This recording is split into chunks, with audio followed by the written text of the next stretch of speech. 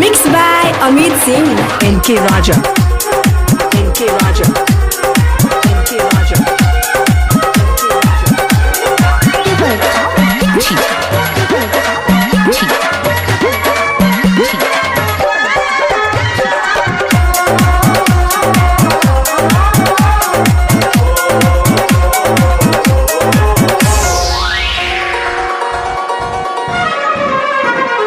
रच के बनौले हुई हैं, रच के बनौले हुई हैं, रच के बनौले हुई हैं तोहरा के भगवान।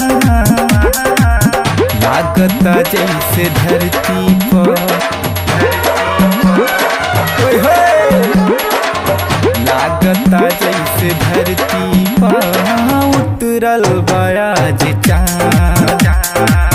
लागता जैसे धरती पर उतरल बयाज चाँद। रच के बनौले हुई हैं, रच रच के बनौले हुई हैं। NK Raja. NK Raja. NK Raja. NK Raja.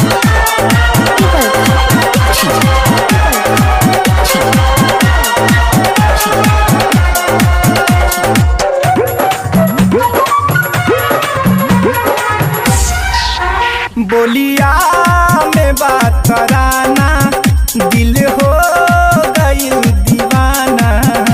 रानी बचा के रखा हई रूप के खजाना। बोलिया में बात कराना, दिल हो गई दीवाना। रानी बचा के रखा हई रूप के खजाना। हई रूप के रानी कितना करी बखान। लागता जैसे धरती पर लागता जैसे धरती पर उतरल बयाज चाँद। लागता जैसे धरती पर उतरल बयाज चाँद। रच के बनौले हुई हैं, रच रच के बनौले हुई हैं।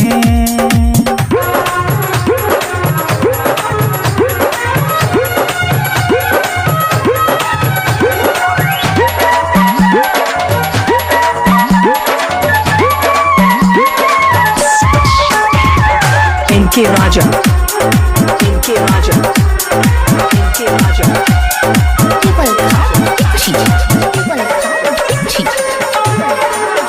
चमचम करेला रूप, लागे जरा के धूप। ऐसन नदा पे तोहरा केहू न रही चूप। चमचम करेला रूप, लागे जरा के धूप। ऐसन नदा पे तोहरा केहू न रही चूप। अब रात दिन रानी तोहरा पबा ध्यान। लागता जैसे धरती पर लागता जैसे धरती पर उतरल बयाज चाँद। लागता जैसे धरती पर उतरल बयाज चाँद। रच के बनौले हुई हैं, रच रच के बनौले हुई हैं।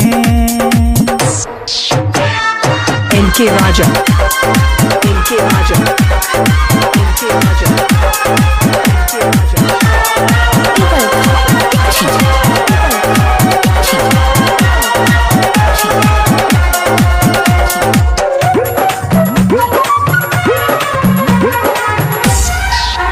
राइटर निराला लिखले तारूप के बड़ाई। तबरे पावे खातिर दुनिया अब भुलाई, दुनिया अब भुलाई। राइटर निराला लिखले कहा रूप के बड़ाई, तबरे पावे खातिर दुनिया अब भुलाई। सोनू अशोक कहे डोली जताई मान, लागता जैसे धरती पर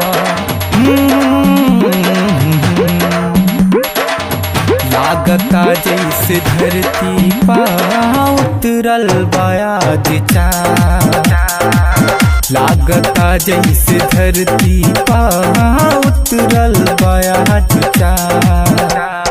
रच के बनौले हुई है, रच रच के बनौले हुई है, रच के बनौले हुई है तोहरा के भगवान।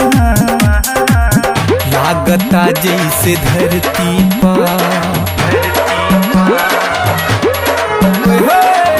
लागता जैसे धरती पर उतरल बयाज चाँद, लागता जैसे धरती पर उतरल बयाज चाँद।